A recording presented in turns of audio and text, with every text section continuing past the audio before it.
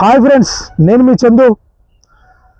మొత్తానికైతే 42% రిజర్వేషన్ బీసీలకు ఏదైతే ఖరారైందో, నిజంగా ఈ 42% రిజర్వేషన్ అనేది బీసీలలోని ఎన్ని కులాలకు ఇది దక్కుతా ఉన్నది? నిజంగా ఒక చట్టపరమైనటువంటి న్యాయం జరిగే అవకాశం ఉందా? రిజర్వేషన్ అనేది ఎట్టకేలకు ఏ రకంగా పనిచేస్తూ ఉన్నది?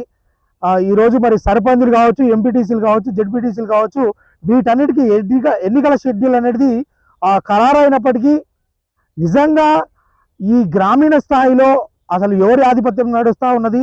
మరి అసెంబ్లీ నియోజకవర్గాలలో ఎమ్మెల్యే స్థానాలకు ఓసీ కేటగిరీ ప్రాతినిధ్యం వహిస్తున్నప్పటికీ వారిదే మెజార్టీ పక్షమై వాళ్ళే మంత్రులుగా, అదే ముఖ్యమంత్రులుగా కొనసాగుతున్నప్పటికీ బీసీల రిజర్వేషన్ పట్ల ఎంతమందికి న్యాయం జరిగే అవకాశం ఉందనేది ఒకసారి మనము వివరంగా తెలుసుకునే ప్రయత్నం చేద్దాం.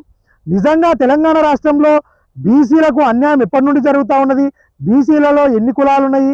ఎన్ని కులాలకు ఈ అన్యాయం జరుగుతూ ఉందంటే, దాదాపుగా నాకు తెలిసినంత వరకు ఈ బీసీ అనే ఒక నినాదాన్ని అదే చెట్టు పేరు చెప్పి కాయలు కోసుకోవడం, కాయలు దోసుకోవడానికి స్కెచ్ చేసినటువంటి కొంతమంది దళారులు ఇప్పటి వరకు ఏదైతే వాళ్ళు ఇతర పదవులలో కొనసాగుతున్నప్పటికీ ఆ పదవులలో కొనసాగుకుంటూ ఇతర బీసీలకు ఏమన్నా న్యాయం చేసిరా అంటే భూతత్వంలో పెట్టి లెంకులాడినా ఏడ దొరికే పరిస్థితి లేదు. ఇది నిజంగా బీసీలకు దక్కినటువంటి రిజర్వేషన్ అనుకోవచ్చా? బీసీలలో ఉన్నటువంటి పద్మశాలి కావచ్చు, లేకపోతే వడ్ల, అదే హౌసుల, మేర, ఈ కులాలకు నిజంగా ఇప్పటి వరకు ఒక అసెంబ్లీ స్థానం అన్న దక్కిందా? సిగ్గు అనిపిస్తలేదా? మరి బీసీ లీడర్గా ఉన్నటువంటి వాడు ఈ బీసీలను ఏమైనా ఉద్ధరించిన దాఖలాలు ఉన్నాయా ఇప్పటి వరకు? మళ్ళా కదే ఓసీల దగ్గర పోయి మొగరిల్లి మోసేది నీళ్ళు కాకుండా బతుకునేగా. నిజంగా బీసీ రిజర్వేషన్ అనేది ఏబిసిడి వర్గీకరణగా జరగాలి. అప్పుడే అందరి బీసీలకు సమన్యాయం జరుగుతుంది. ఎందుకంటే ఈరోజు కులాధిపత్యంగా చూసుకున్నప్పటికీ గ్రామాలలో కూడా ఇప్పటికీ 2-3 కులాల బీసీ కులాల ఆధిపత్యమే నడుస్తూ ఉంటుంది. ఈరోజు ఒక గ్రామంలో ఎస్సీ రిజర్వ్డ్ సర్పంచ్ వచ్చింది అనుకోండి, ఓ మున్నూరు కాపో, లేకపోతే ఒక ముదిరాజో, ఒక గౌడ్సో, వీళ్ళు మాత్రమే మళ్ళీ పాపం వాళ్ళకు పాలేరుగా ఉన్నటువంటి వాళ్ళు, లేకపోతే వాళ్ళకి చేదోడు వాదోడుగా ఉన్నటువంటి ఎస్సీ కులాలకు సంబంధించి రిజర్వ్డ్ కేటగిరీకి సంబంధించిన అభ్యర్థులను మా తరపున నిలబెడుతున్నామని ప్రచారం చేయించుకొని 10వ పరక ఇచ్చి గెలిచిన తర్వాత గెలిపించుకొని వాళ్ళని చెప్పు చేతుల్లో పెట్టించుకొని కార్యక్రమం చేసుకుంటున్నారు.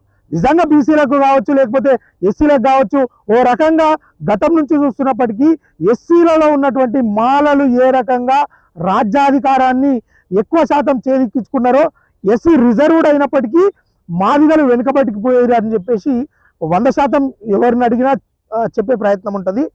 అందులో భాగంగానే బీసీలలో కూడా ఒక 2-3 కులాలకు మాత్రమే లబ్ధి జరిగే అవకాశం ఉంది.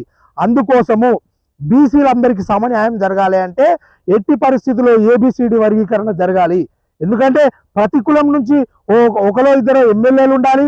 అదేవిధంగా అయితే ఈ బీసీ రిజర్వేషన్ కూడా ఏంటంటే, గతంలో ఇప్పుడు ఎస్సీకి రిజర్వేషన్ ఇస్తే ఏ రకంగా మాలలు వాటిని ఉపయోగించుకొని ఉన్నత స్థాయి శిఖరాలను ఎక్కారో, అదేవిధంగా బీసీ రిజర్వేషన్ అనేది కూడా బీసీలో ఉన్నటువంటి కొన్ని కులాలకు మాత్రమే ఆల్రెడీ ఇప్పటికే తన వంతు తాము జనాభా నిష్పత్తి ప్రకారము వాటా అనుభవిస్తున్నప్పటికీ ఈ తదుపరి వాటాను కూడా ఇప్పుడు దాదాపుగా మీరు ఏ నియోజకవర్గంలో చూసుకున్నా, లేకపోతే ఎక్కడ చూసుకున్నా బీసీలలో మెజార్టీగా 2-3 కులాలే అక్కడ తలబడతా ఉన్నాయి.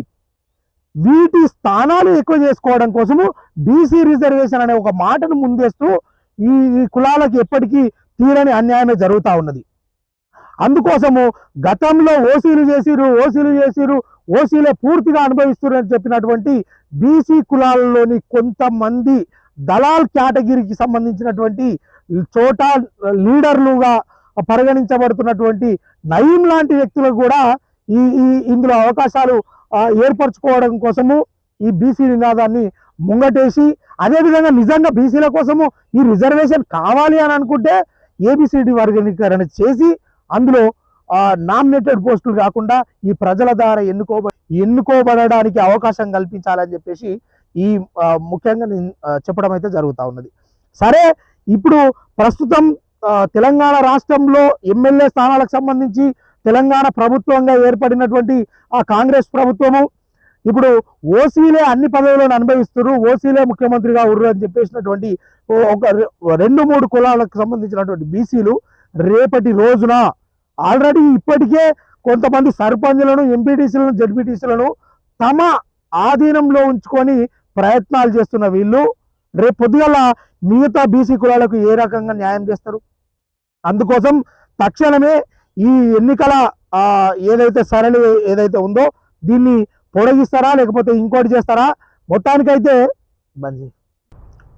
నిజంగా ఓసీలు ఈ తెలంగాణ ప్రభుత్వంలో అన్ని పదవులు తామే అనుభవిస్తున్నారు అని చెప్పేసి చెప్తున్నటువంటి కొంతమంది కొన్ని కులాల బీసీ లీడర్లు నిజంగా మరి తము అనుకున్నటువంటి తము నినాదిస్తున్నటువంటి ఆ బీసీలకు నిజంగా రిజర్వేషన్ కావాలి అని అనుకుంటే ఏబిసిడి వర్గీకరణ అనేది చేసి తమ కులాలకు ఎవరి వాటెంతో వారికి అంత అన్నట్టు వాళ్ళకు కూడా సమన్యాయం చేస్తేనే ఈ పురోగతి చెందుతుంది.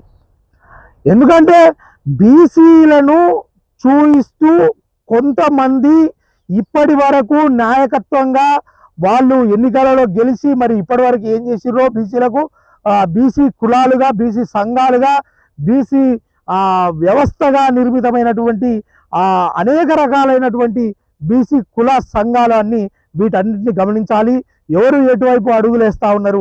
నిజంగా ఇది బీసీలకు దక్కిన ఆత్మగౌరవంగా భావిస్తురా లేకపోతే నిజంగా బీసీలకు అధికారం రాబోతుందని ఆలోచిస్తురా తెలియదు. కానీ గొర్రె బలిస్తే పులేం కాదు, గొర్రెనే అవుతుంది. ఈ గొర్రెను మాత్రము జాగ్రత్తగా చూసుకొని కోసుకొని తినే కార్యక్రమం చేయాలి తప్పితే నిజంగా గొర్రెలను నమ్మి మోతిమా అంటే మనల్ని ఏదో గుంపులో తోలి పులేసం కట్టే కార్ఖానాలు కథలు ఉంటాయి. కాబట్టి తక్షణమే వీటన్నిటిని మీరు మంచిగా ఆలోచించి ఫర్దర్ స్టెప్ వేస్తారని కోరుతున్నాను.